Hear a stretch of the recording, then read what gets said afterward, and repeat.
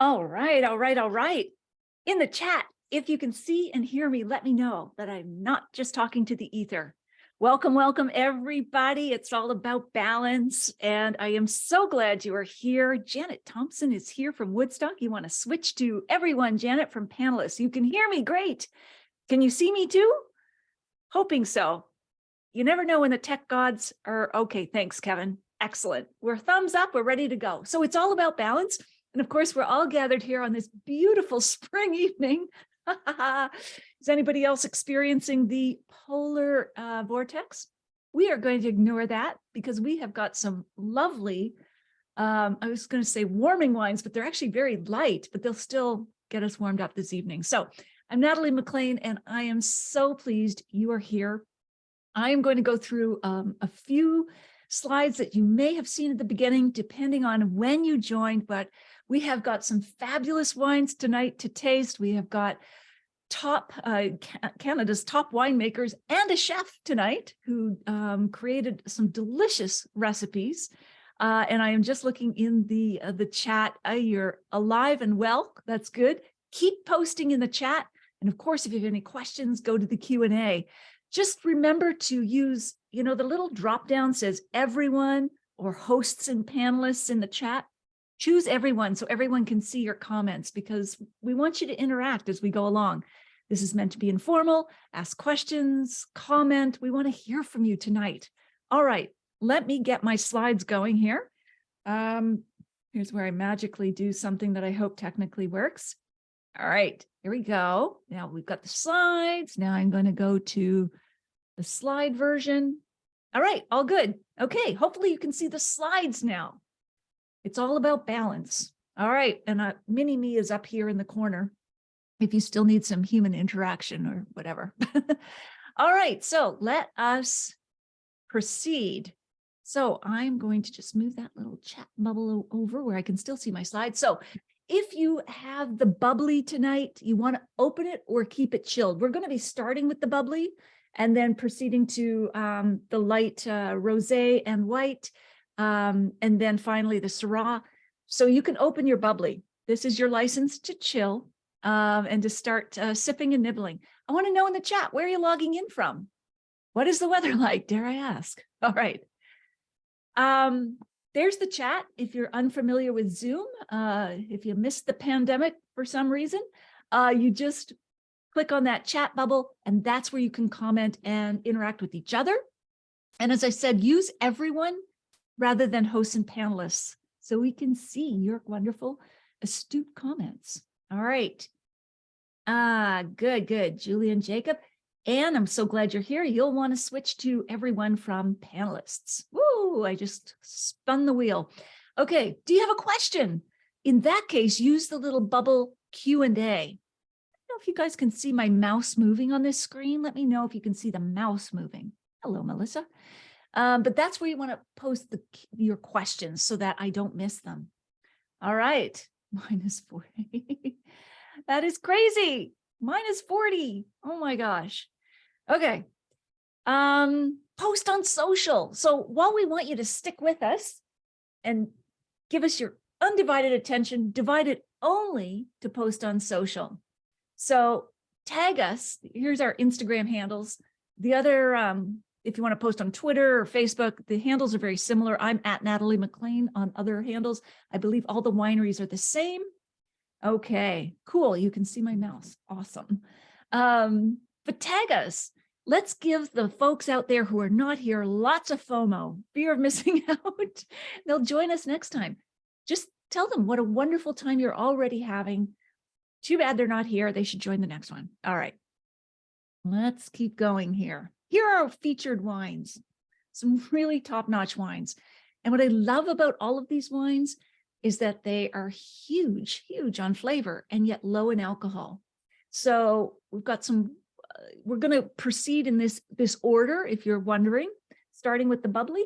But we have got a great lineup, so I'm going to keep going here. Our perfect pairings tonight. So although all of these recipes are wonderful, wonderful dishes, we're not going to be pacing this like a 4-course meal. You may be doing that at home, and God bless you and go for it. but our pace is going to be a little bit quicker just because we're not going to be here till, 10 or 11 p.m. But the beauty is that you can watch the recording and you can slow it down. We're also going to be sending the slides, so you don't need to take notes. It's all good. You can relax and just enjoy. So even if you're still sort of chomping down on your oysters and we're already talking about the beef stir fry, don't worry. We've got you. All right. Oh, this is my little school marm pitch about not multitasking, except to post on social. So, hey, Juan, Happy New Year to you. Or no, Happy Friday from Columbus. Oh, right. Coolio. All you folks coming in. I'm so glad when I see your comments. I won't be able to respond to them all, but I want to see them. I want to see you in the comments. All right, we're going to start off with one of those infamous polls that you just love, those trivia thingies that make it so much fun and encourage you to lean in and participate. I want to know what you think. How long do most New Year's resolutions last? Is it 1 month? We can bring up the poll, Jen, who created the amazing music playlist. Is it 1 month? Is it 2 months? Is it, what we got? 1 week, 1 month, 2 months, or 6 months? Okay. And we are going to open that poll. Have we started the voting, or is voting starting now? All right. Yes, it is. It is. Okay. Thank you. Jen is up there in the sky. She takes care of all of us. Okay. So we're going to give that another 10 seconds, and then we're going to close the poll and see who's right. And Sherry or Jen is going to have to chime in because I don't have the answers in front of me. So everybody's right. But I would like to know the answers myself. So maybe in the chat, you can let me know. Okay, so I guess poll number 1 is closed now. And let's take a look. You should see the who thought what.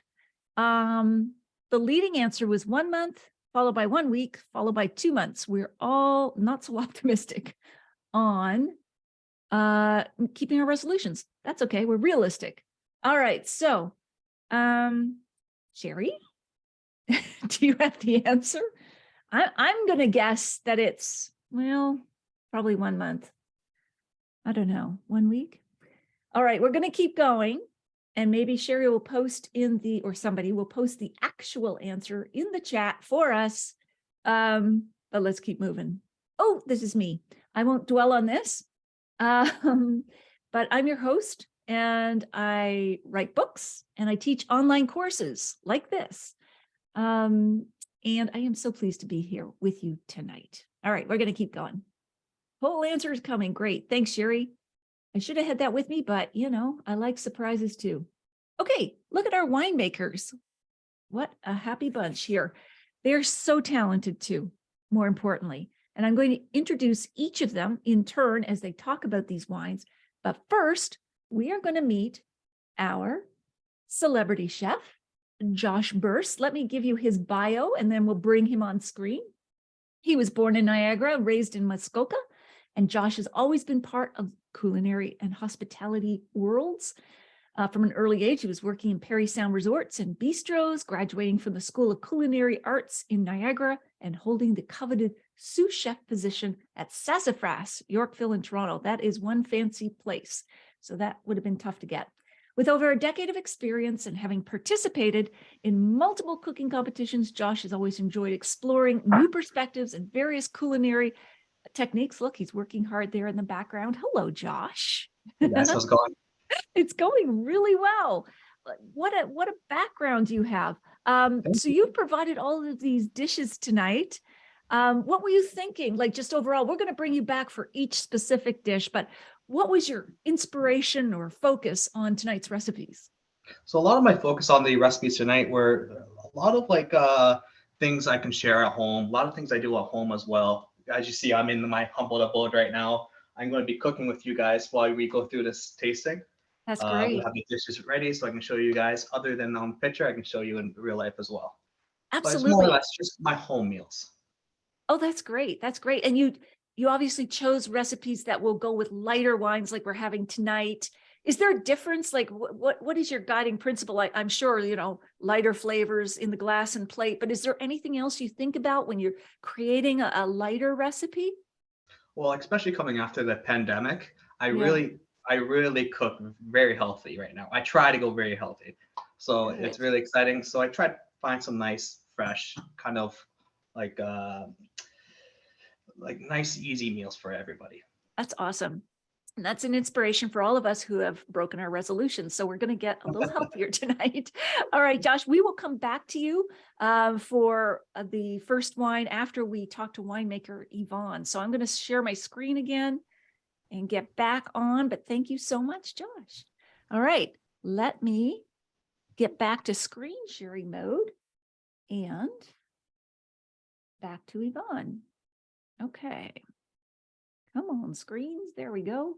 So our first wine, we're tasting the bubbly first, and we are chatting with assistant winemaker Yvonne Irvine or Irving. She's going to correct me. So I'm going to introduce her and then we'll bring her up on the screen. So after spending years of studying biotechnology and business, human resources, and feeling that neither was right for her, Yvonne discovered the winery technician program at Niagara College. She really enjoyed what she was learning and felt naturally drawn to this vocation. She did her co-op placement at Creekside Estate Winery. It was the only winery she applied to, so she was a believer from the beginning. She graduated in 2008 and has been at Creekside ever since, working her way up to assistant winemaker position for both Creekside and Queenston Mile. This will be her 16th year with the company. She has 2 children that keep her very busy when she's not working. That is working, Yvonne. Yvonne loves cooking, dancing, art, and craft projects, and of course, discovering great wines. She is the 2-time champion of the Golden Blunnies from the barrel rolling competition in 20 Valley and the only woman to ever win the coveted trophy.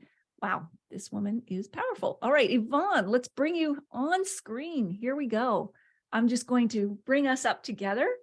Hey, Yvonne, you're looking great tonight. Hi, thanks. All right. You just put the kids to bed. I understand. So they're down. The husband's doing that. I just said goodnight away.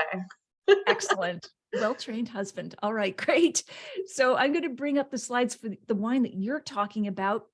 But maybe you could tell us a little bit about the winery first, Yvonne, like why you applied only to Creekside. You've stuck with it in an industry that sometimes has a lot of turnover.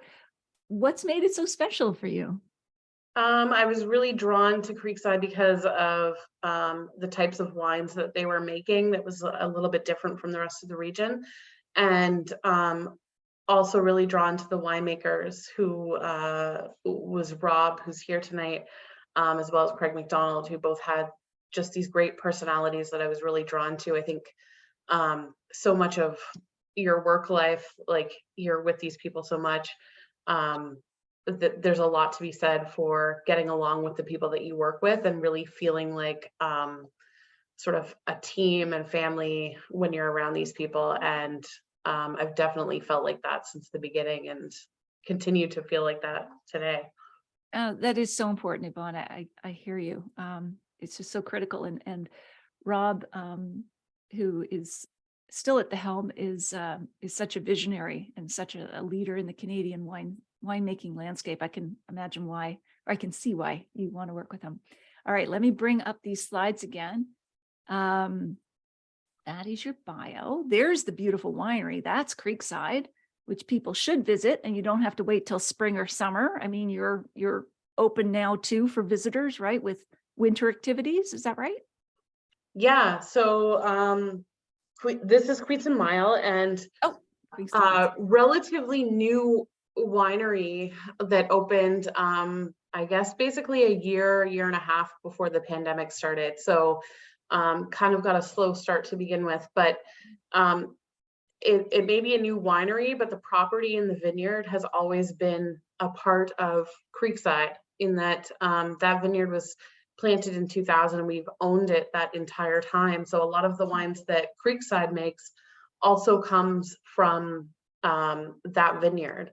And, you know, after making so many different wines from it over the years, we thought, like, why do we not have its own winery there, where, you know, there were other varieties like Chardonnay and Pinot Noir that we were selling to other growers and other wineries, and we're like, why are we not making this ourselves and creating a different identity with this property? So Queenston Mile was really founded on sort of the classic side of Ontario winemaking and Niagara, and that we're focusing on Chardonnay, Pinot Noir, and sparkling, which you know, I think it's just fantastic out of this region, and you'll get to see tonight if you have the wines at home. Just there's some phenomenal examples of sparkling wine coming out of Niagara. Oh yeah, I agree. Like Niagara is so positioned climatically, soil wise, geographically, everything for great sparkling wines. And here's a few shots inside of the winery. I mean, it's just so such a warm and welcoming boutique kind of winery. Yeah, we wanted to try and create a different experience there.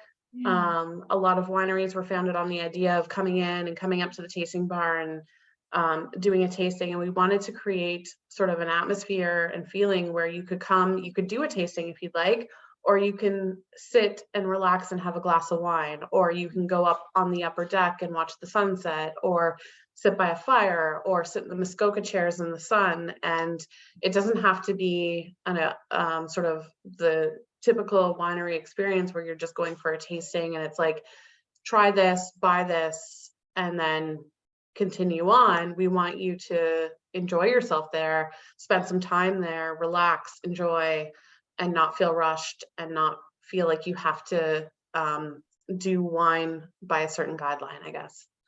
I love that. And I think the pandemic, for all its downsides, has created some upsides in terms of a slower pace at wineries, like not such a bar-like atmosphere. I mean, I feel like people are coming, some are making reservations, which is always advised. I don't know that it's absolutely mandatory, but you know, it is a slower pace. It's a more personalized experience. So that's great. All the more reason to visit.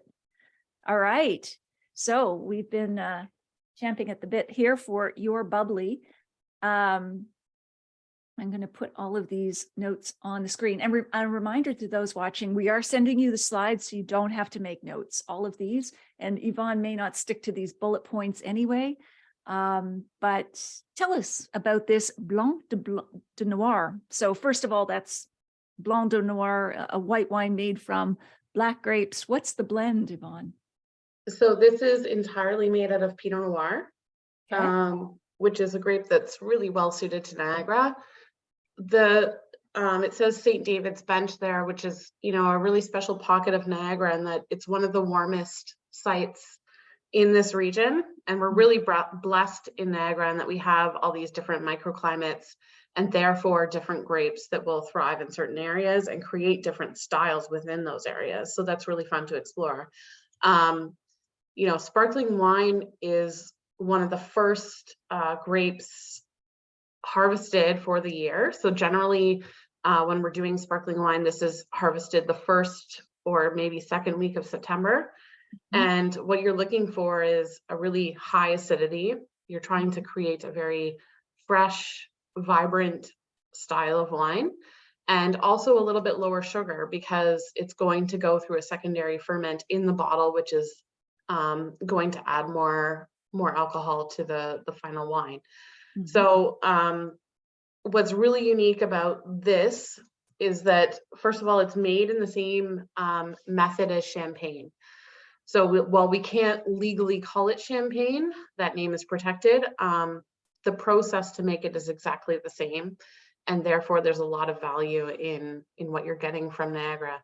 So this wine goes through primary fermentation in a stainless steel tank, whole bunch pressed, which is basically just to say that it's a very gentle pressing and long, lengthy sort of process to get the best quality of wine.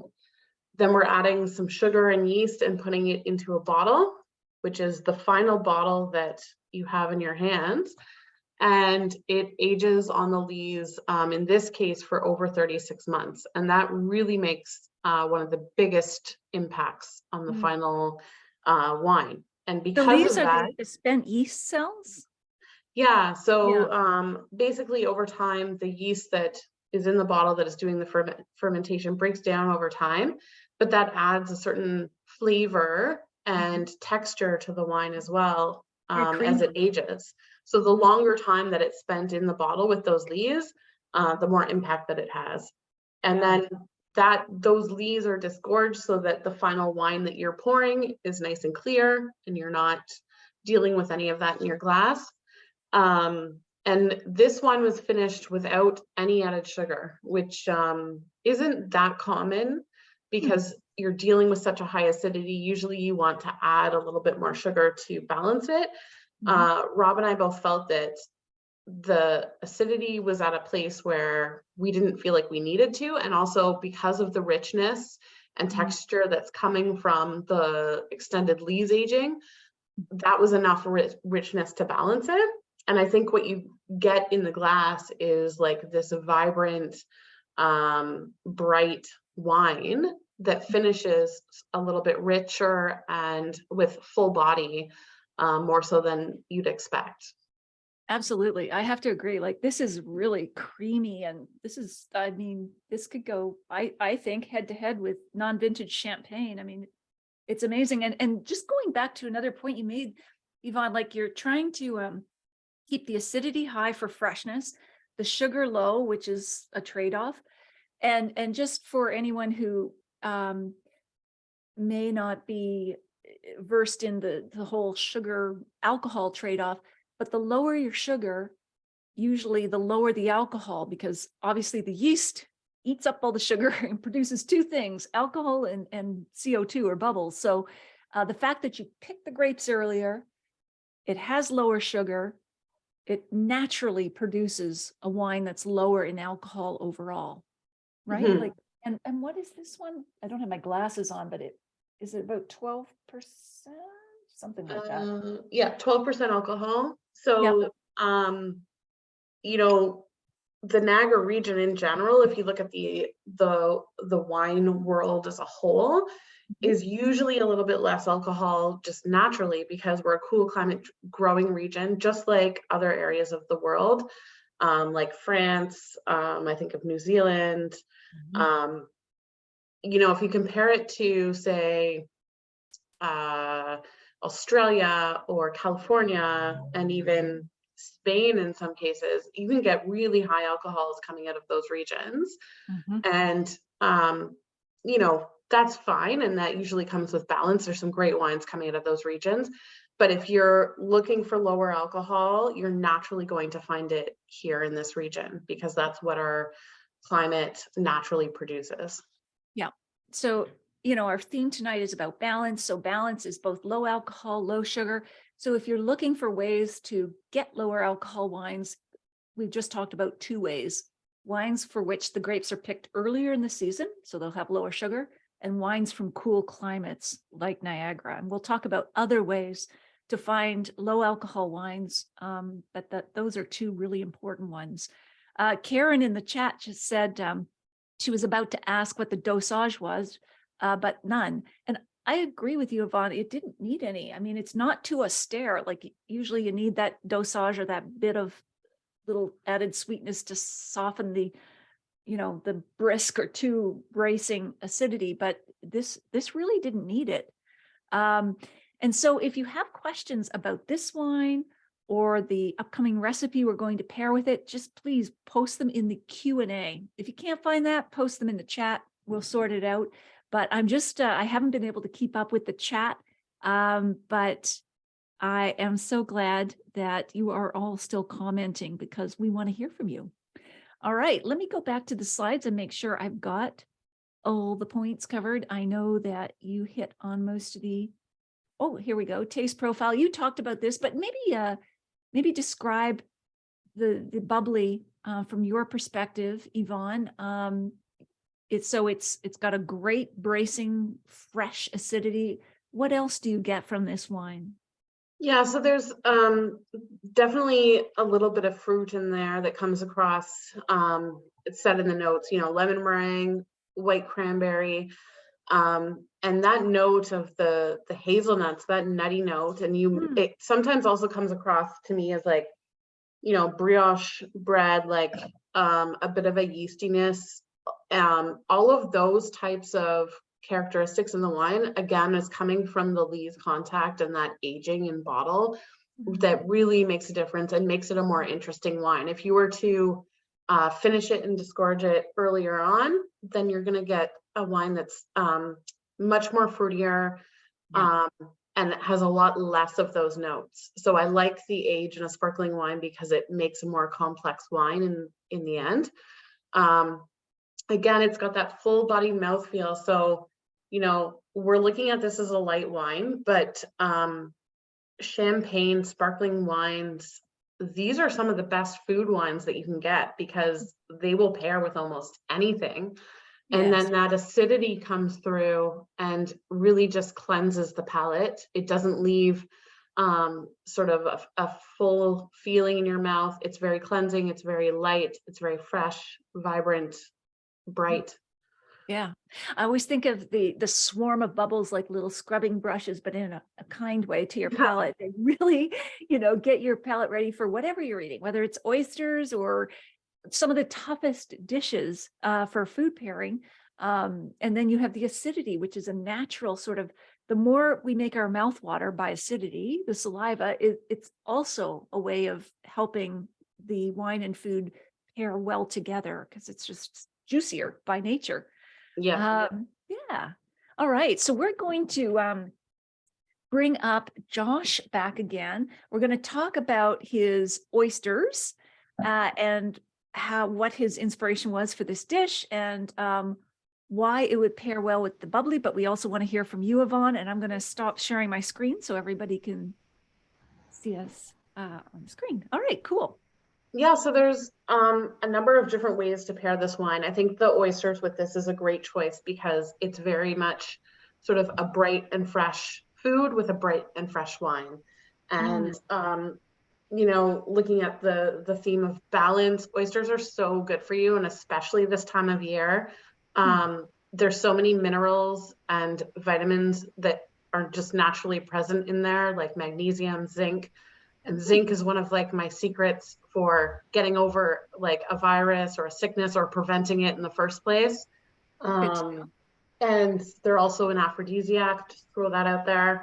That's good to know. Valentine's Day is coming up and Galentine's Day. So yeah, so one of my favorite foods just in general. But the cool thing with champagne or sparkling wine is that you can pair like with like, or you can, you know, do some opposite things. So there's some things listed on there like fried chicken that you may not normally think of, or even just popcorn. It doesn't have to be a celebratory event to open up sparkling wine.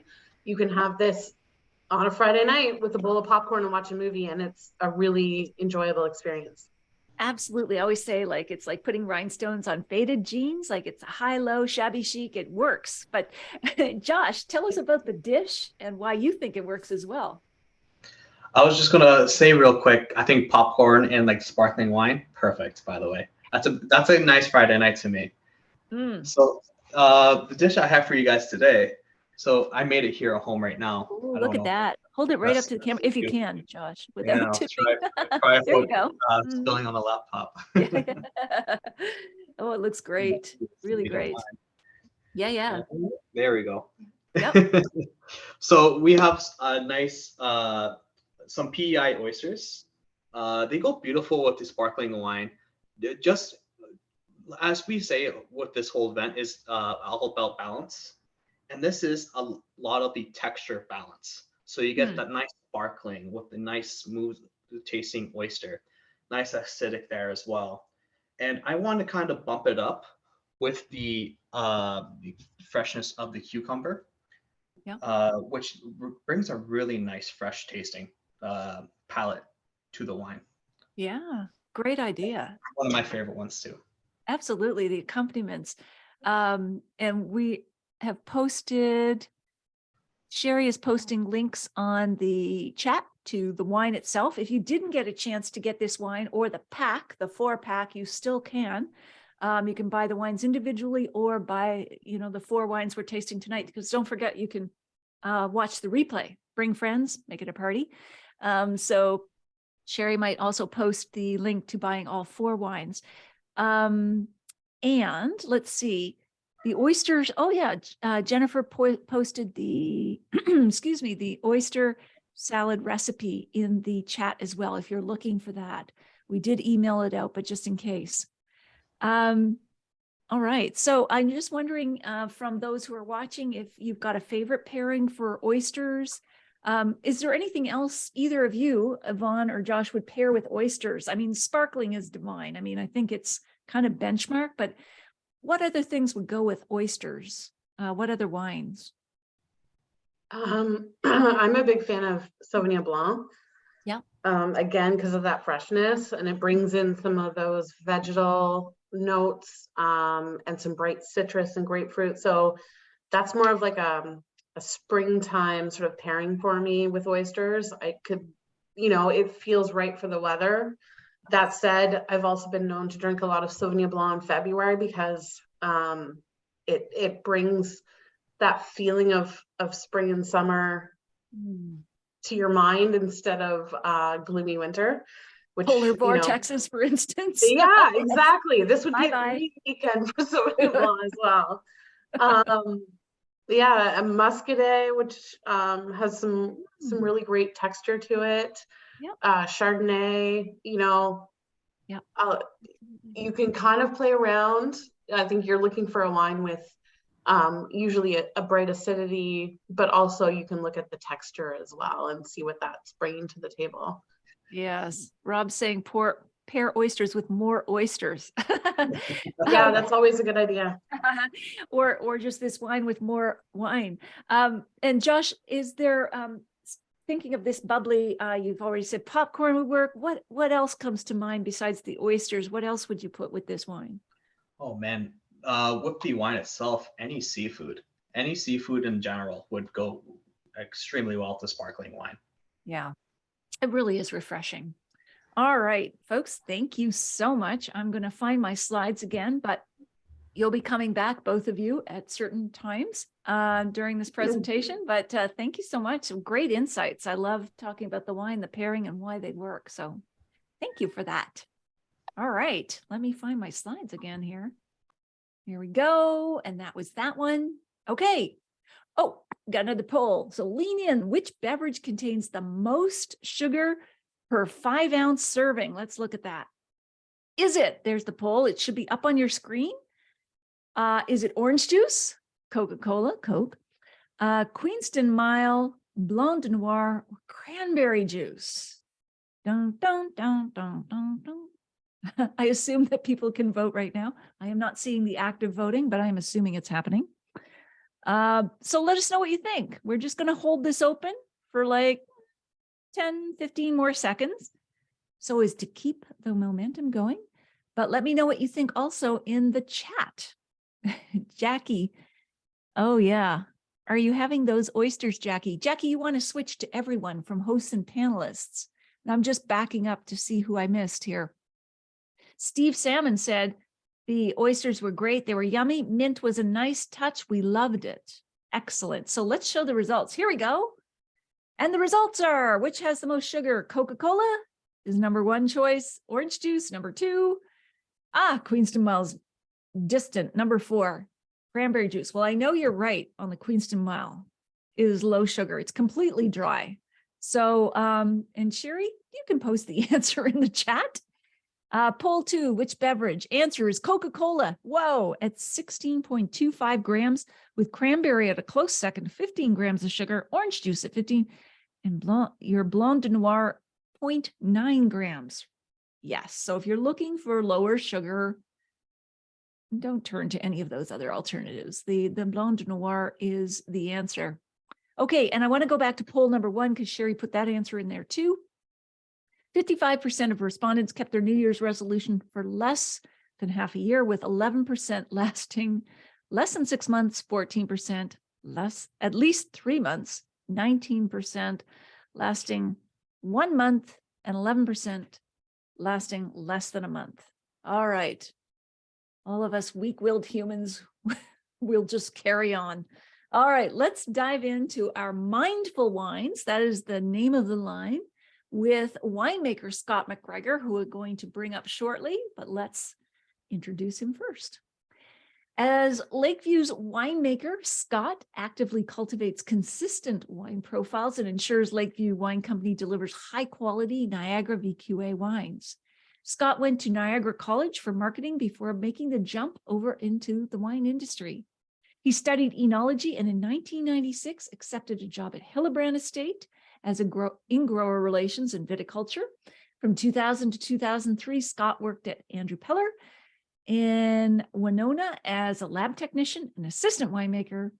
And in 2003, he finally saw the light and took a role as winemaker for Eastdale Estates. In 2005, Eastdale merged with Lakeview, and so began the team of winemakers. So we're going to bring Scott on screen right now, and he's going to tell us about this gorgeous winery. Look at that. Hello, Scott. Hello, Natalie. How are you? I'm great, thanks. How are you doing? Good, thanks. I'm just was enjoying that sparkling wine. I know, it's so good, isn't it? So refreshing and yet so light. It's got everything. Yeah, my it sure was. So tell us about what a beautiful architecture for this winery. Tell us about the Yeah. winery and why you went there. And That's that good stuff. that's a picture of our new retail facility that was built about maybe 4 years ago. So this is the Lakeview Wine Co. winery. Very interesting architecture. This glass end, or there's a table in that cube, as we call it, right at the very end, and it's wonderful that you're surrounded by glass on 3 sides. Look right out into the vineyard. That's gorgeous. Yeah, to be among the vines, literally. Yeah. So tell us about Lakeview Winery. Like, what drew you to working there, to being part of the team? Yeah, as the story said, I started a little winery called Eastdale Estates in 2003 as the winemaker. And in 2005, we merged together with Lakeview Cellars.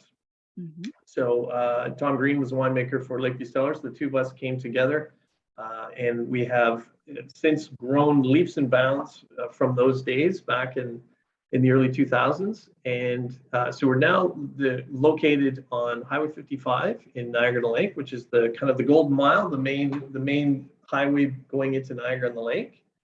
And so just recently built that retail store that you've seen there. So we have a large facility there, very high-tech facility that we're able to make the brands from. Lakeview Wine Co. is one of the brands. We still also make Eastdale Estates, fresh wines, and also this new brand that we're talking about tonight, which has been a completely new project called Mindful Wines.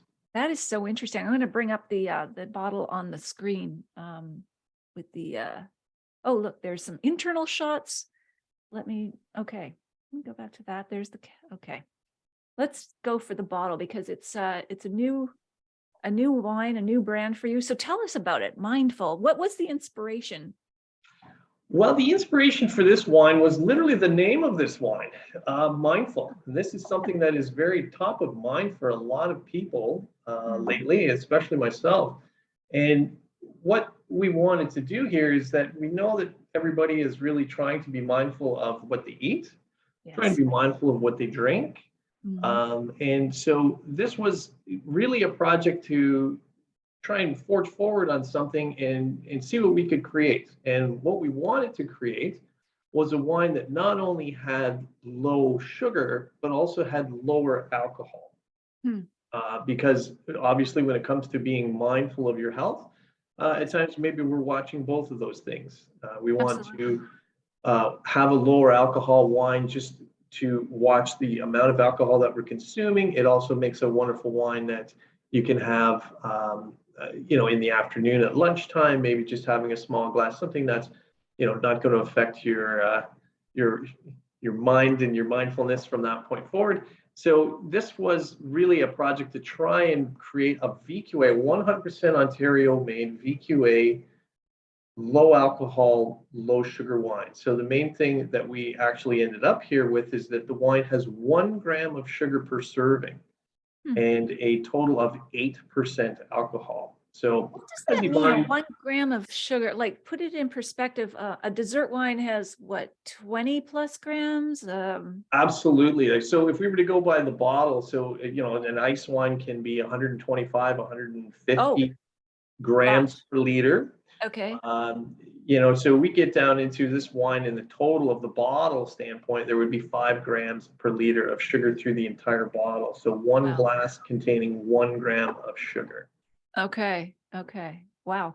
That's amazing. And to, as I find, I've read that it's hard to get low sugar and low alcohol because usually there's a trade-off there. Like if we think of a lot of Rieslings, you know, they may be 7 or 8% alcohol, but they're very sometimes often sweet. So how do you get low alcohol and low sugar at the same time? Yeah, it certainly was an interesting challenge when we first started out, and we've done a lot of experimentation, and really it started very similar to as Yvonne was speaking to earlier. It really does start in the vineyard. So the first wine that we have here is Pinot Grigio, very popular wine throughout the world. Everybody loves the Pinot Grigio. It's an easy drinking wine, pairs very well with foods, very simple pairings with lots of foods. And so when it starts in the vineyard, we want to try and harvest that fruit at the point where the flavors have developed, but we want to really target our point of harvesting before the sugar increases too high, which is then going to then directly convert to alcohol. So first of all, we're starting with the fruit, just targeting the flavors profile that we want, looking at that more than the actual sugar analysis or the Brix analysis. And then the second thing is that we've experimented with a few different types of yeasts. So yeasts are going to convert the sugar into alcohol. And there are certain yeasts that are more efficient at that, and they will convert more sugar to alcohol, and you'll end up with a higher alcohol. So we've been experimenting with some yeasts that don't convert quite as much to a final alcohol in the end, because obviously we're going to ferment this right to dryness. Yeah. So we need to make sure that that we're not converting too much of the alcohol. So you're looking for lazy yeasts. Well, sort of, yes. That's kind of a way to put it, sort of. And then the third thing is that we've done some experimenting on how to reduce that alcohol to a point that we still have the balance on the flavors, but we're reducing it to about 8% alcohol. So we're actually going to use a technical piece of equipment called a reverse osmosis unit, and that's going to gently pull some alcohol out of the wine. So we're going to ferment till probably about 10.5, 10.7% alcohol, and then we're going to reduce it down to about 8%. How does it do that? Like, we don't have chemistry degrees here or your viticultural experience, winemaking experience, but how does it do that? Is there a way to explain that in layman's terms? Yeah, so to not be too technical, it essentially has a selectively permeable membrane, and then it is pulling the alcohol from one side of the membrane to the other. And it's pulling out some alcohol and water. Okay. So as we reduce that, if we were to continue to and we reduce the alcohol down too far, it really starts to affect the wine. It starts to really change the characteristics, which is what we don't want to do. We wanted to make a wine that was mindful in the sense of having an 8% alcohol, a low sugar level, but we also, first and foremost in this project, wanted to make a wine that still had the flavors and captured the crispness and the fruit flavors and the wonderful flavors that Niagara Pinot Grigio has. And so throughout that experimentation, we've seemed to find that about 8% seems to be a nice sweet spot where we're kind of retaining the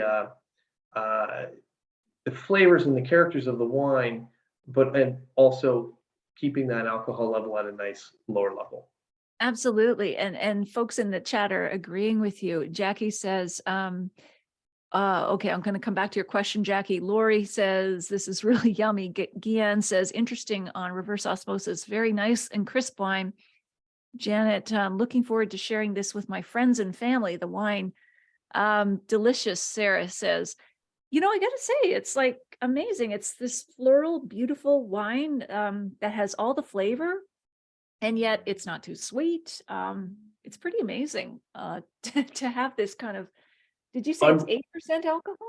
8%, yes. So I'm really happy to hear the feedback on this wine.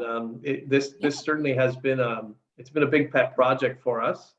I do Right. believe Sherry could maybe chime in, but I do believe that we are still the only VQA low alcohol wine available at the moment in the That's LCBO. something too, because VQA has strict guidelines as to what makes a VQA wine. It's Very like strict, other yes. wines around the world, like your DOC or AOC, like those are guidelines for winemaking that guarantees a certain stamp of like authenticity, that, you know, there were certain grapes harvested this way. So it's, yeah, that's pretty tough. All those parameters that you've been able to do this.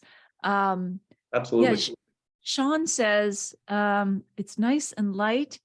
And Jackie was asking, what do you do with the extracted alcohol? I think Jackie's looking for the extracted alcohol. Do you do anything with it, or? That's an interesting question. Actually, we were just actually working on a batch not that long ago. So what we've extracted, a friend of ours at another winery here in Niagara who has a full still to do distilled products.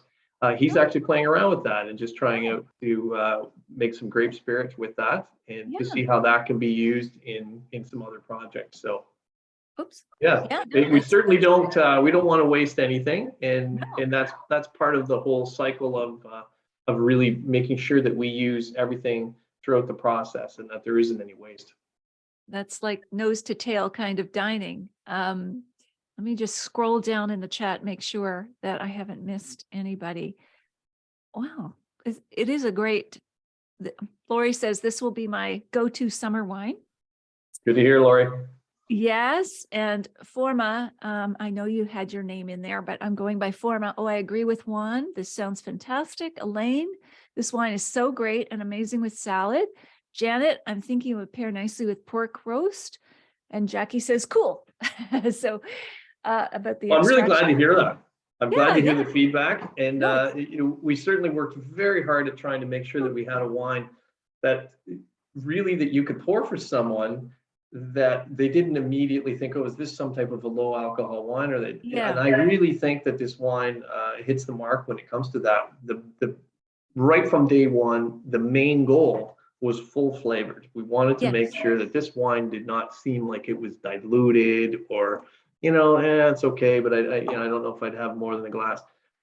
Exactly. And really the feedback that we've been getting, one from the LCBO and two from the consumer, is that they're really raving about it. And we really think that we're onto something here. It has grown to be very quickly grown to being one of our second largest brands at this point in time. So I think that shows that there's a real need and a real want to have that mindfulness in people's consumption, and people are thinking about that. They're thinking about how much alcohol they consume, but they don't want to sacrifice on the experience and sacrifice on a wine that pairs well with their food. Exactly, the taste. Like for me, it's like it's like I'm choosing chocolate. Okay, I'll go with dark chocolate, but it better taste good. I mean, I don't choose dark chocolate as a dietary, like a diet food. I choose it for pleasure. And the same with wine. If I was poured this, at an event or at a restaurant, it's delicious. And I don't want to, taste has to be there first and foremost. And then all of these other things are bonuses, strong bonuses that would lead me toward the wine, but it's got to have the taste. Absolutely. Yeah. And Pinot Grigio, I think, really leans very well to that. Pinot Grigio is always a nice crisp. There's a nice acidity there, clean fruit flavors, nice fresh aromatics. So it really was a wine that, one, it leaned well to the project.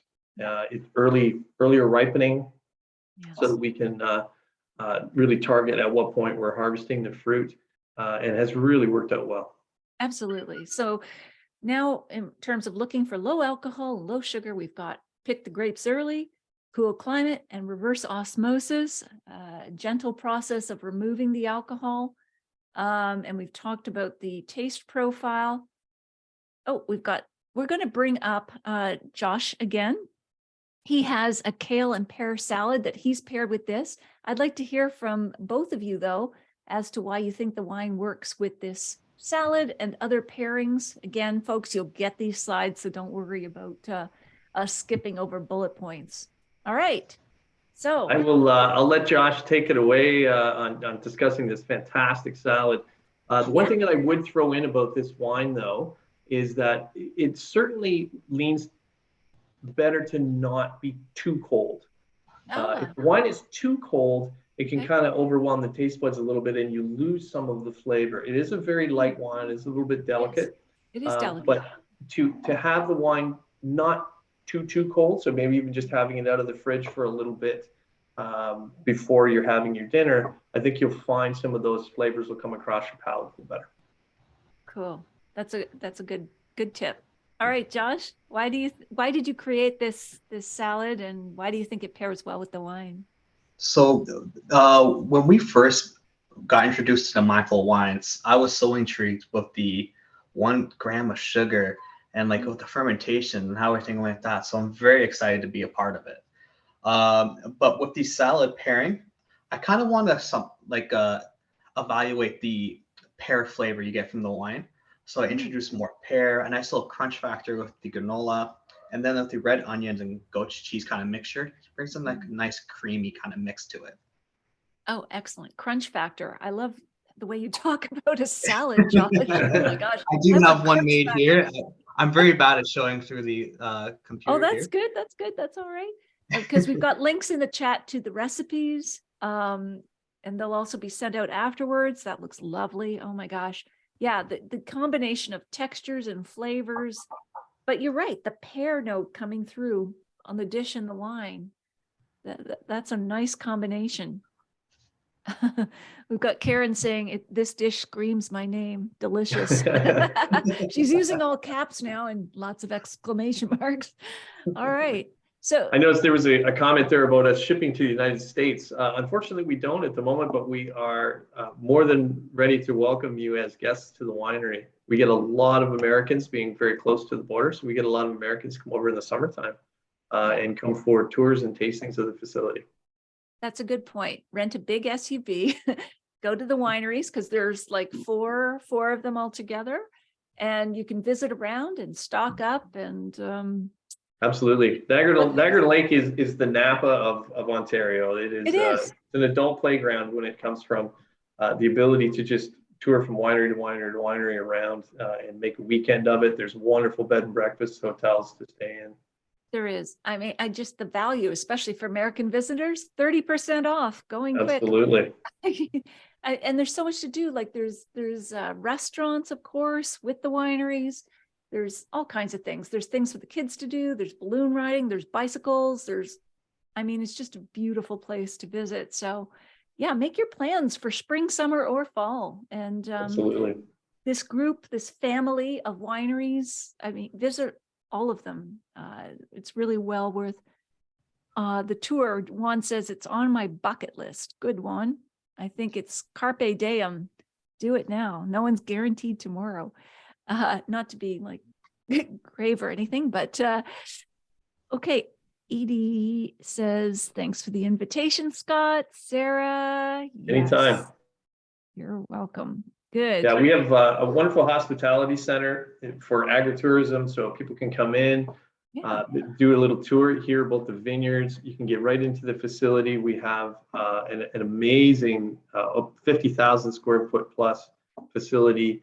And we have what's called the cellar floor experience. So there's an ability to get in, and we have a tour berm, a tour area that's right in the dead center of the facility.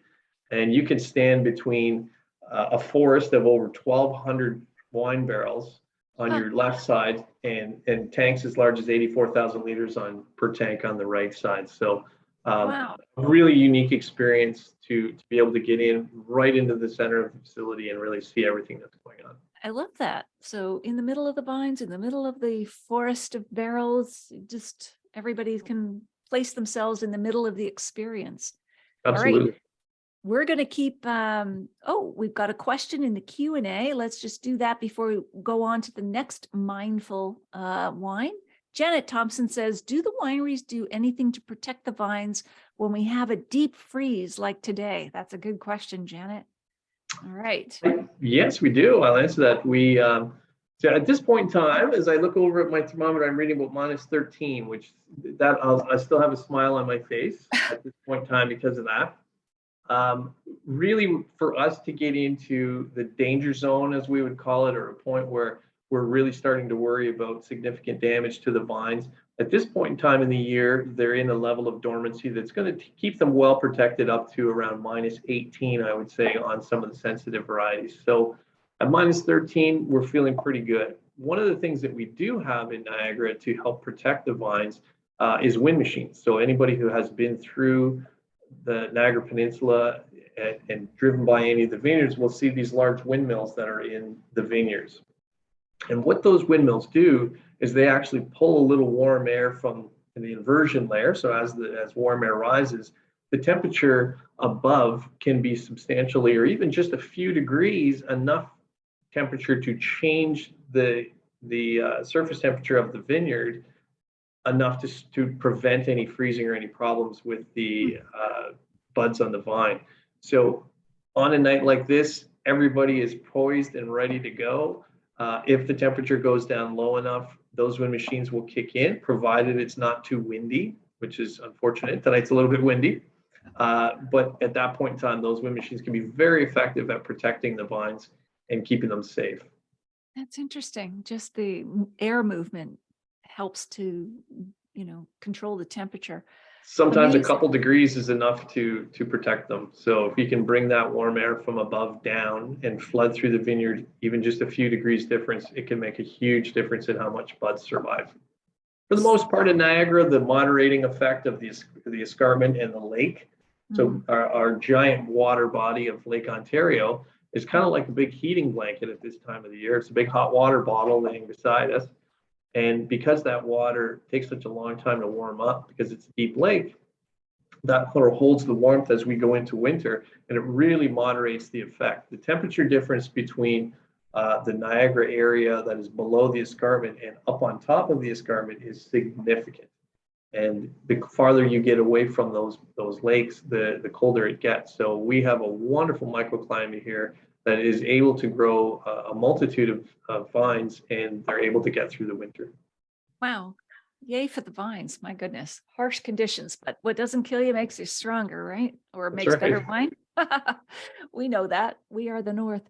Okay. We're going to keep going, Scott, on the next mindful wine. Thank you, Josh, on this one. But I'm going to go back to sharing my slides.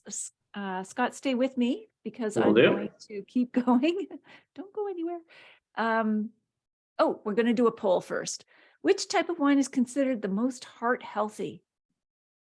Is it, we can bring it up the poll, red wine, white wine, ice wine, or sparkling wine? And I assume the answers are rolling in. All right, as the answers are rolling in, Patty says, all the properties are beautiful. Enjoyed the Ice Wine Discovery Tour in January. Patty, thank you so much. And Patty, change your drop down in the chat from hosts and panelists to everyone, because we want to see your comments to everyone. Okay, 5 more seconds. Here we go. I think the results are coming up. Red wine. That's what I would think. Sherry, are we right? That's what I heard on the, 60-minute thing that was way back in the day. Red wine is often considered the most heart healthy because it contains resveratrol, which has been shown to have antioxidant and anti-inflammatory properties. Studies have found that moderate consumption of red wine may help to lower risk of heart disease by raising good HDL cholesterol and reducing formation of blood clots. Okay, and we are not doctors, nor is this medical advice, but you all know to use your best judgment. All right, we are going on to the next mindful wine, the rosé. So, Scott, tell us about this one. Yeah, so this is the second wine that we made in this series, which is a blend of Pinot Noir, Gamay Noir, and there's a little splash of Pinot Grigio in there, but it is predominantly Gamay Noir and Pinot Noir Rosé. Okay. So each of these is harvested individually and pressed immediately with very short amount of time on the skins, maybe a few hours to a maximum of 4 hours, and then is pressed and fermented individually. And then the final blend is made after the wine has gone through its fermentation. So it's fermented cool, obviously with pressed off of the skins to keep that light color and freshness, and then is blended together. So once again, with this wine, what we're trying to do is we're trying to target the fruit at a point where the flavor characters are where we want them to be, but not too ripe where we're getting into one, you're going to have that higher sugar level and get into higher alcohol. We press it immediately to try and make sure we don't have any of the tannin from the skins, to try and keep a nice fresh wine.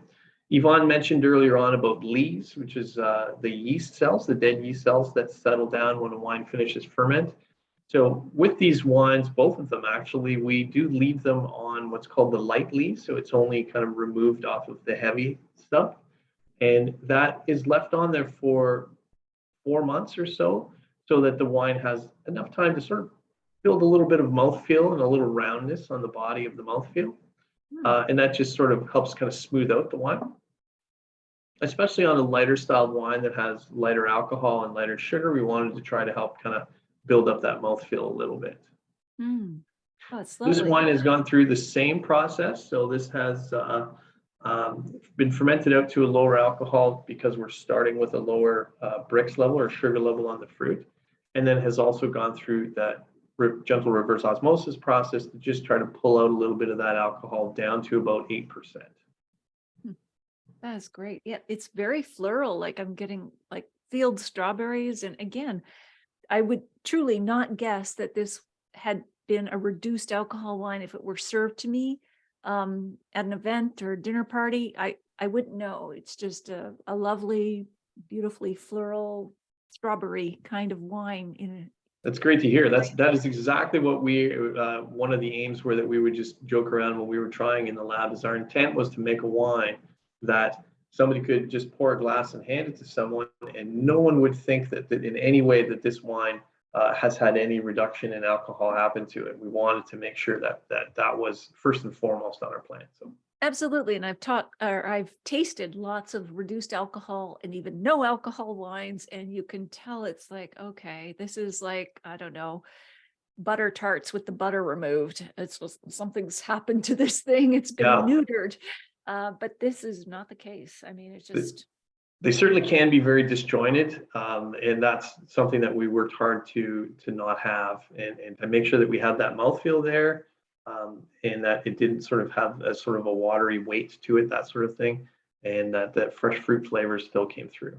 But again, I think this wine too, also, it leans better to just be not freezing really, really, really cold. Often if we leave a bottle of wine in the bottom of the fridge, it can get a little too cold, and that can kind of overwhelm your palate a little, and it just sort of shuts off your taste buds a little.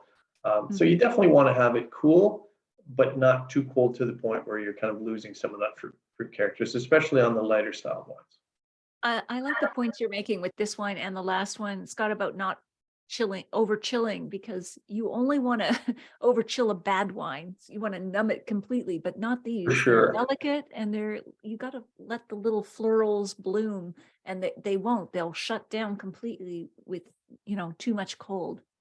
It's one of the things that I kind of try to work into every tasting that I ever do with people, is I find that quite often people drink their white wines and their rosés too cold, and sometimes they drink their red wines too warm.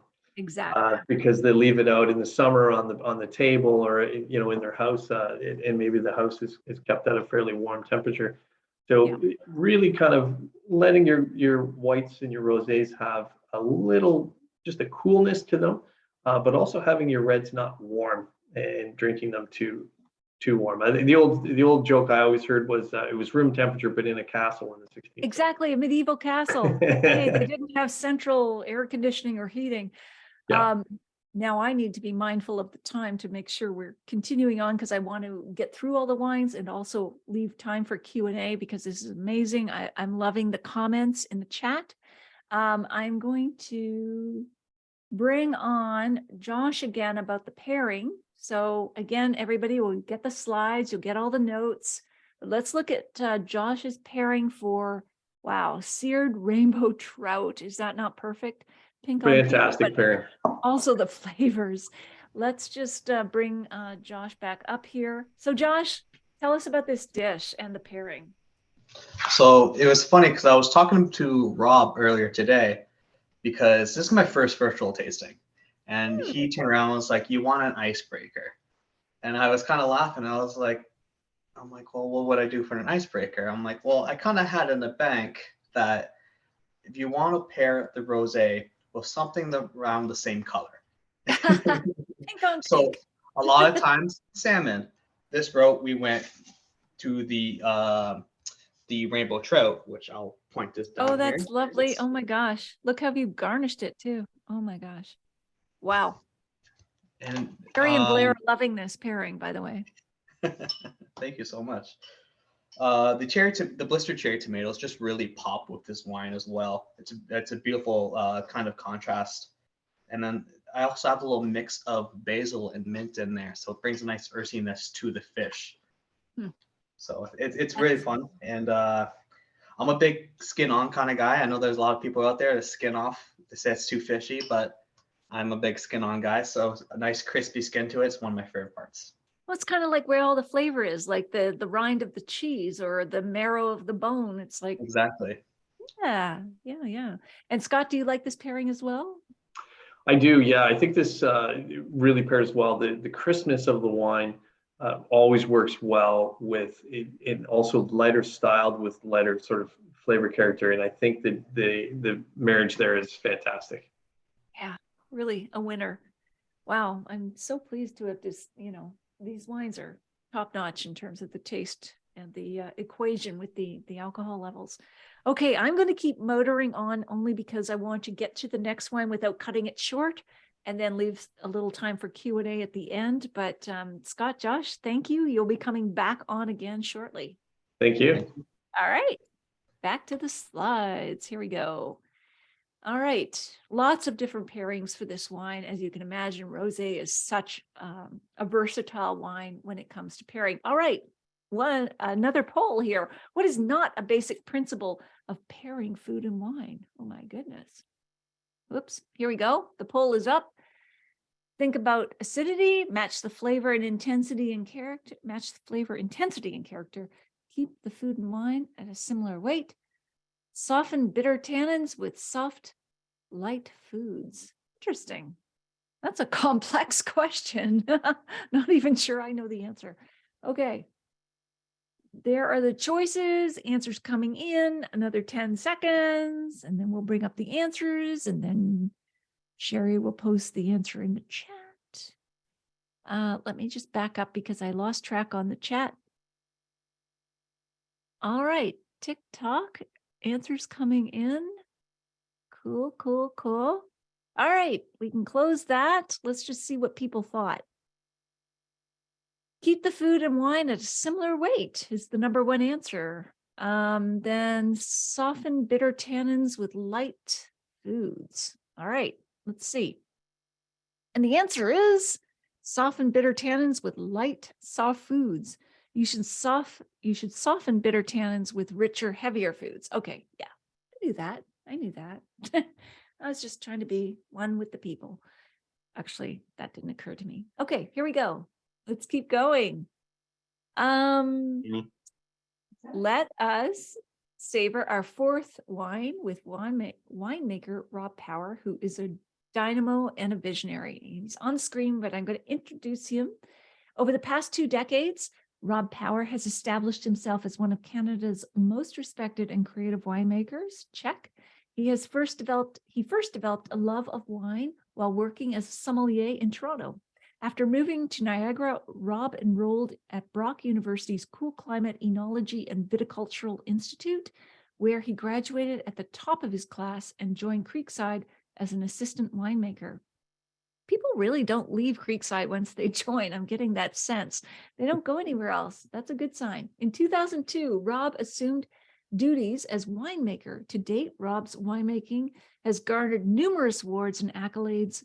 He was voted Winemaker of the Year at the 2008 Ontario Wine Awards, and Rob's continued passion for innovation has earned him praise across the Canadian wine industry. I'll attest to that. Hello, Rob. Hello. Hey, tell us about Creekside. This is a lovely, lovely winery. Look at that. Sorry, those were my dogs telling you about their version of Oh. Creekside. Are they head of marketing? Well, you can see them on the left of the screen right Yes, now. I can. They are They're the adorable. Hallelujah Chorus. What breed is that? That's their Nova Scotia. The full name is Nova Scotia Duck Tolling Retrievers. Oh my God. The most people know them as tollers. The Oh. East Coast folks call them Little River Dogs because that's the town that they came from originally.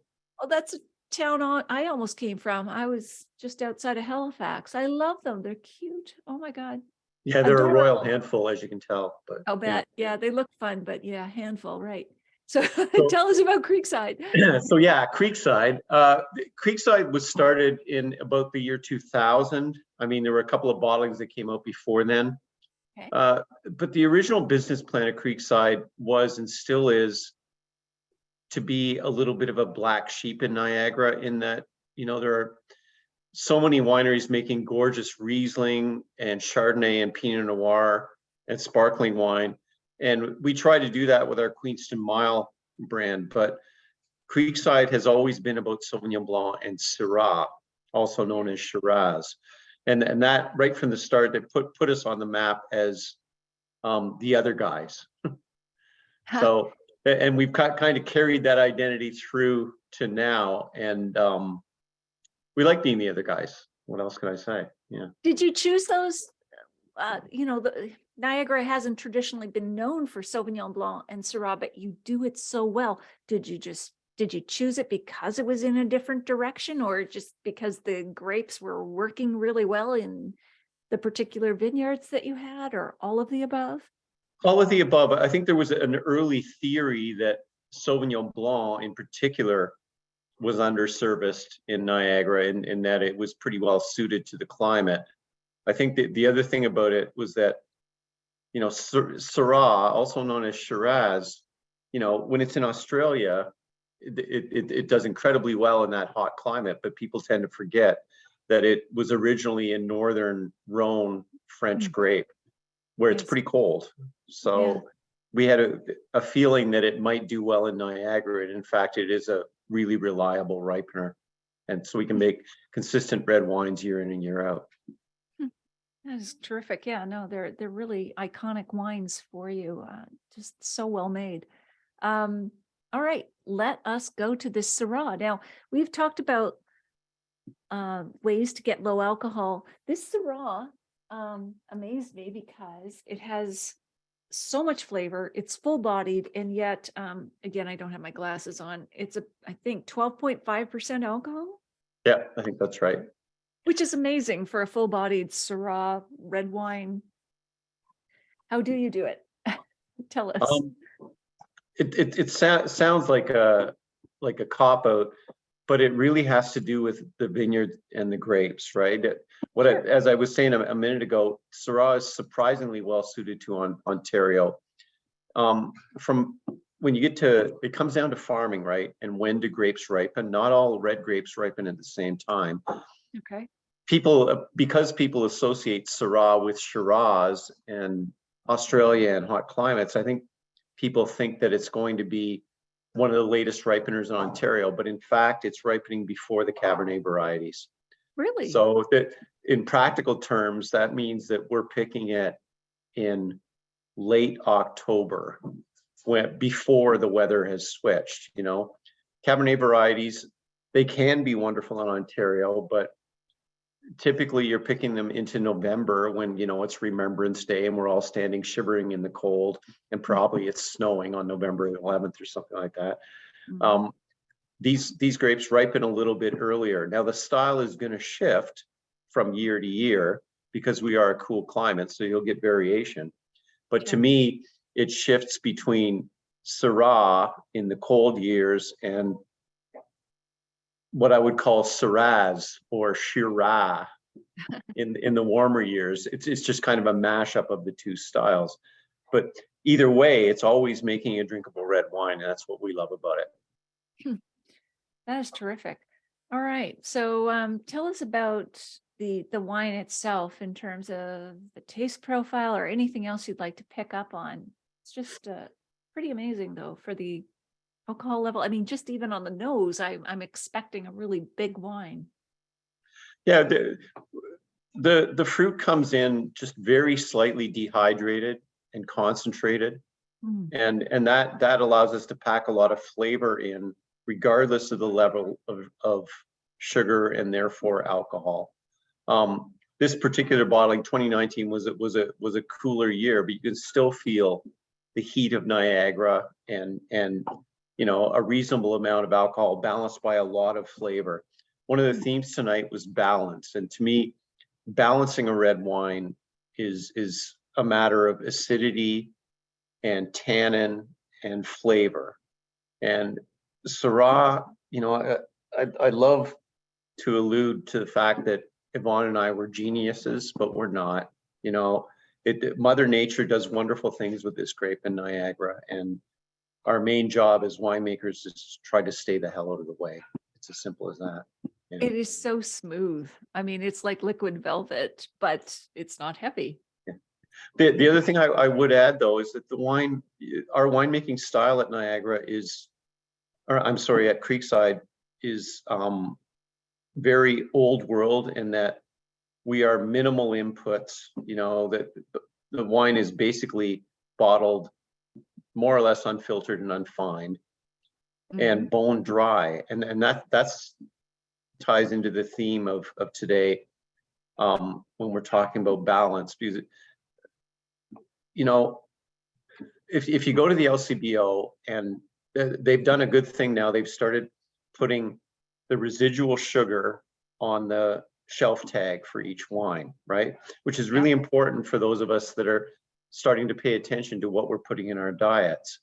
And Sure. I think a lot of you would be surprised by how much residual sugar might be in your favorite brand of red wine. You know, that years ago, there was one that was just raining like selling left, right, and center out of the LCBO. I won't name it, but it rhymes with mellow whale. And that bottling, you know, it had about as much sugar in it as root beer. And I love root beer. I love root beer. And I will drink root beer. But, you know, if you're trying to make a serious choice, an informed choice about drinking a dry red wine, you're in the wrong spot. Sure. So the other thing I'm going to add is that people, you know, like this wine has like 4.5 grams of residual sugar. There's a certain amount of sugar in wines that yeast can't or won't consume, right? So when we talk about a bone dry wine, that's anywhere from 3 to 5 grams of sugar, maybe even 3 to 6. And it's a wine that has gone through fermentation, and for whatever reason, the yeast have left the last 3 or 4 grams and said, we're out. It might be that it's fructose, which is something that they can't really consume, like it's a type of sugar. But either way, bone dry wines will not necessarily be zero. So keep that in mind, folks. That you know, if you want to talk about dry wines, it could be anywhere from 0, unlikely, more likely 3 to 6 grams. And then if you start getting into double digits, it's not really a dry wine, despite the way it's tasting. So. I'm learning tonight. Thank you. And I'm also learning that there are such people who call themselves creek freaks. You're familiar, Rob, with creek freaks? I am. Yeah. We have a number of freaks. That it's spelled Freek for the record. Right. And we've had a wine club for a long time at Creekside. You know, Yvonne has been with the company for 15 years. I've been with the company for over 20. And so there's a lot of continuity in what the identity of the winery. There's a lot of continuity in our wine club too. We've got a lot of freaks that have been with us right from the beginning. And we always said that our wine club was for people that hated wine clubs. Of course. Because we try not to berate them with the usual wine club stuff and just offer them interesting wines on a regular basis. So if you have run screaming from the building about wine clubs, give Creekside a try, because you know we might be worth a shot, because we're the alt wine club, I guess. That's great. Julian Jacobs said, definitely going to buy this red wine again. Well done. Thank you. Deanne, love learning about bone dry wine, has only 3 to 5 grams of sugar. Merci, Rob. And Jackie was saying, hi there, Rob from OWS Niagara. We really enjoyed your insights, and this is amazing Syrah at a price point. And That's Ontario Wine Society. oh, there you go. So all you wine geeks that are looking for a home, why don't you join the Ontario Wine Society? There will be a local chapter in your neighborhood. Awesome. And who is the Creek Freak? Oh, I forget the chat. It's up there somewhere. And other people are still preoccupied by your dogs. All right. So let's go on. We've talked about the profile. Let's bring Josh back, because let's talk about the food pairing, which is always fun. And so then we still have time for some Q&A. Sure. All right. Josh, where are you? There you are. All right. He's working in the kitchen. Yeah. Yes, he's always working. He never stops. Josh. So tell us about this 4th recipe that you've come up with. Well, first, I would like to say, like, Rob, I'm glad we matched today. I know we called each other earlier. I got the memo, right? Yeah. It's so great. You're all together. That's teamwork. So the pairing I have for today is a broccolini nice stir fry. I do this pretty much almost every week in my household, is a nice stir fry. And with the Syrah brings a nice kind of peppery note. Yeah. So it goes extremely well with that red meat, the nice soy in there as well. It just screams grilled like summer. And then with the wintertime coming in, you do a nice lot of braise items. So this one I kind of met in the middle with the stir fry. Cool. Yeah, it's really cool too, because the wine and food matching slide that Sherry booted up earlier, one of the rules was talked about acidity, and this Syrah has a lot of natural acidity, and as you said, Josh, the pepper spice. So between those two, it holds up to the flavor profile of that stir fry.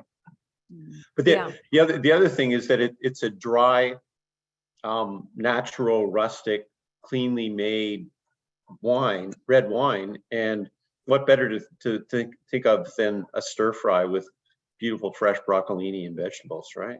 It just intuitively it's a match.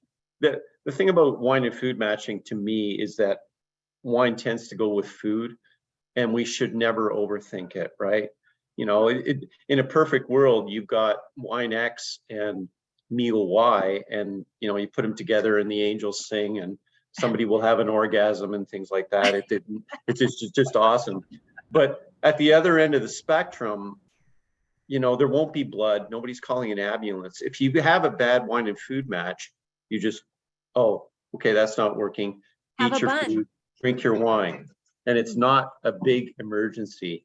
So like I have a lot of friends that are great winemakers and a lot of friends that are great chefs.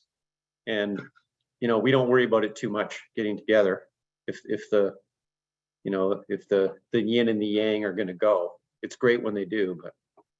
Absolutely. I mean, it's just, yeah, there's always the possibility of this raised sensual pleasure, but if it doesn't work, it's okay. Relax, just enjoy the separate components. I was always told at a young age, simplicity is the best. Yes, absolutely. First principles, stick to the basics. They don't fail you. That's the other thing about food and wine. Food and wine matching, the best food and wine matching is food and wine with friends at a table. Exactly. And the rest of it, we shouldn't be worried about, right? Exactly. I always say pair the wine to the diner, not the dinner. I mean, drink No, what that's you good too. like. Yeah. Oh, and if it doesn't work out, as I said, have a bun, relax. So what I'm going to do now is go back to the slides. Let's see what, oh, no, Josh has his bowl there. I Come forgot on, to show show you us. the Yes, show us. Look at that. And the recipes you can get on the website, but also they'll be sent to you. Oh, that looks good. Okay. Oh man, I'm getting Nice. hungry here. I Yeah, haven't eaten me yet. too. Rob, I sent you a care package. It's all good. Yeah. My wife is actually cooking it on the stove right now, so all Oh, good. awesome. There will be food. Okay, so I'm going to go back to the slides, but I'm going to bring you all back for a discussion and Q&A momentarily. I just want to see that I've finished off every point that we wanted to make tonight, but this was so great. That was our fourth and final wine. But yeah, so I will see you in a minute, okay? Okay. All right, let me go back to this, sharing the slides. And, oh, we're just going to skip this poll because we're already at time. You can always email me. I'm going to email you the slides, so you don't even have to email me. Trust, I will do that. I've got a mobile app. And we still want you to post on social. So do let people who know who weren't here tonight, see this guy's angst because he wasn't here tonight, that they missed out. So they should sign up for the next one. You can watch the replay at your leisure. So if you didn't order the wines or you still want to order double the wines because you loved some of the wines we discussed tonight, you can still order them. This is jumping around. Okay, our next event, you can find it at nataliemclean.com/events. It's Oscar night.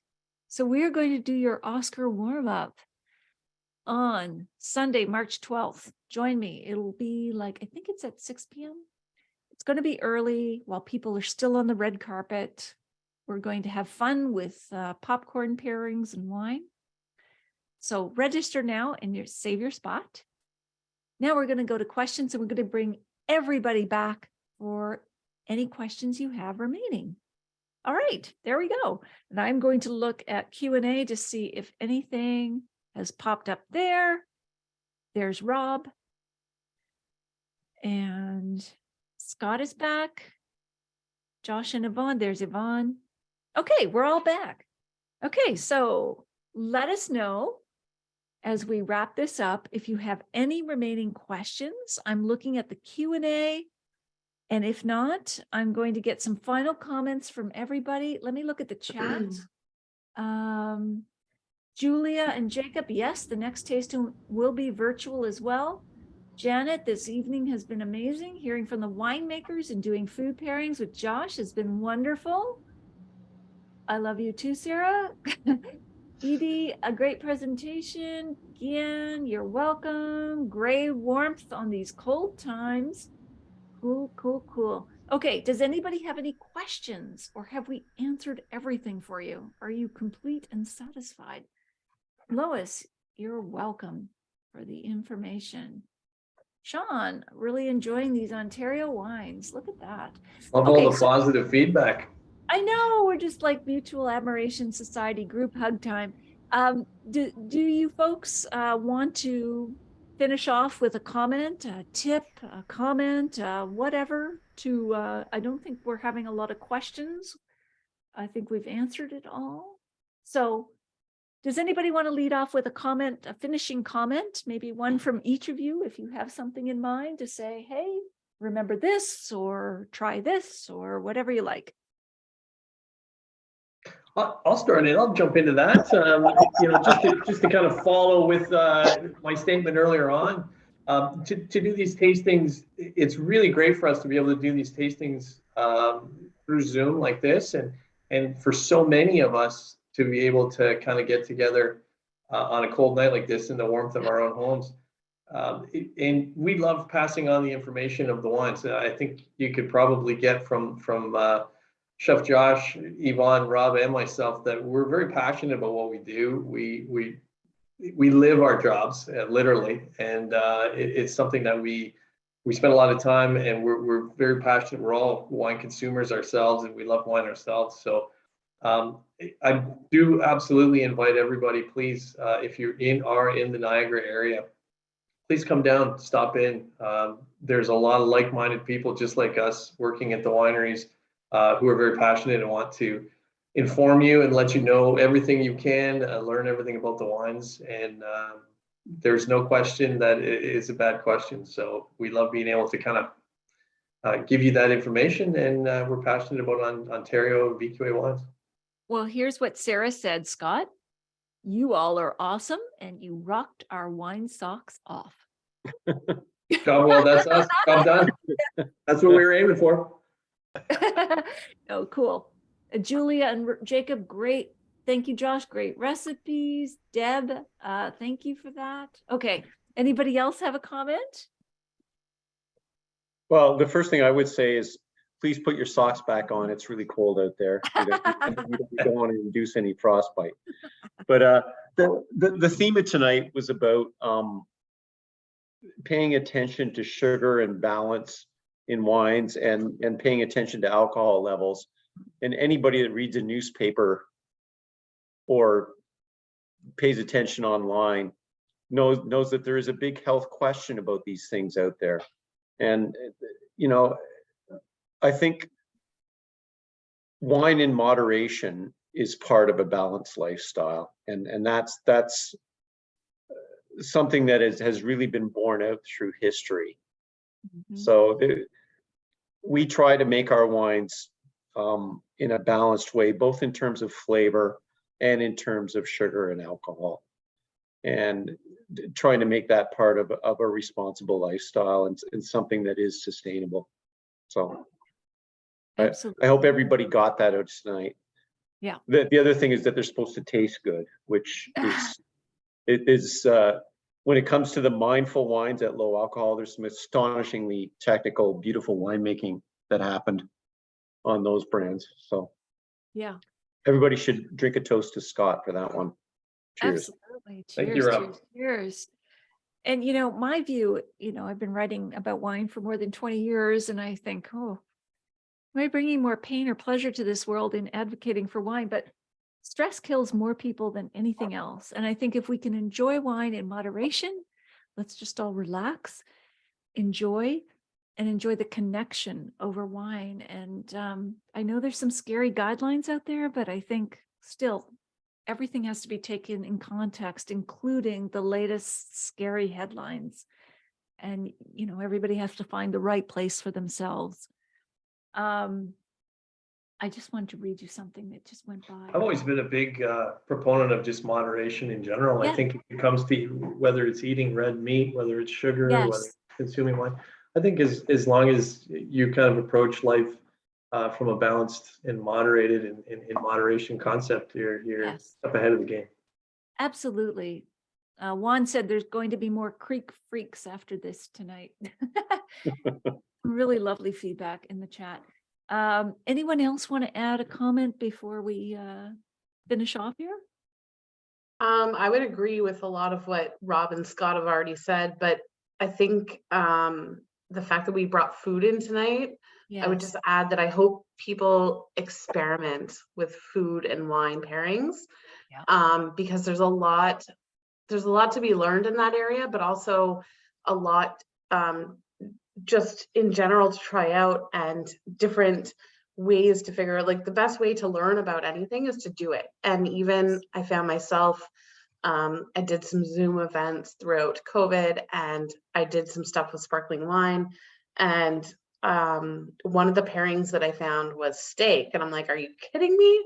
Like, steak and sparkling wine, but it worked. And a lot of what Rob mentioned before too, about like, a lot of it has to do with who you're with, the atmosphere that you're in, and they're really, in some regards, there are no bad food and wine pairings if it's what you enjoy. And I think so much fun can be had in finding what works for you, what works with the wines that you like. I found myself like throughout the winter, I don't know, I need like themes. I need to feed my hobbies, my creativity. So I would like pick different themes throughout the month and, you know, do France one week. Or I think I did an après ski theme another weekend, just to like mix things up and find some excitement this time of year when there's not a lot going on and you kind of need something to feed your creativity. Like play with food and wine and find what sparks joy for you. Exactly. Yeah, joy. Yeah, absolutely. I That is- totally agree with Yvonne on not being too rigid. There was a lot of old rules that were, you had red wine with red meat, you had white wine with white. Break those, try things out, experiment. 100%. Totally agree with what Yvonne said. Marie Do what you Kondo. like, do what you love. Yeah. Yep. Absolutely. This has been amazing. Just lots of great feedback. I'm not reading all of the comments in the chat, but some really, really warm-hearted feedback. So thank you, everybody. Let's raise a glass. Let's toast everybody who was here. Toast to you. Thank you so much. This was so much fun. We look forward to getting together again in March for the Oscars, the movies. All right. Cheers. Cheers. All right, folks. Thanks for having us. All right. Thank you. All right. Good Thank night. you, everybody who attended. Thank you. Bye in the chat. Bye. Thanks for now. dinner, Josh. No Yes. worries. Yeah. Outstanding, my thanks for the friend. oysters. One for the tea, guys. Cheers. You're always Good night, working, everyone. Josh. You need to sleep. All right. Bye for now.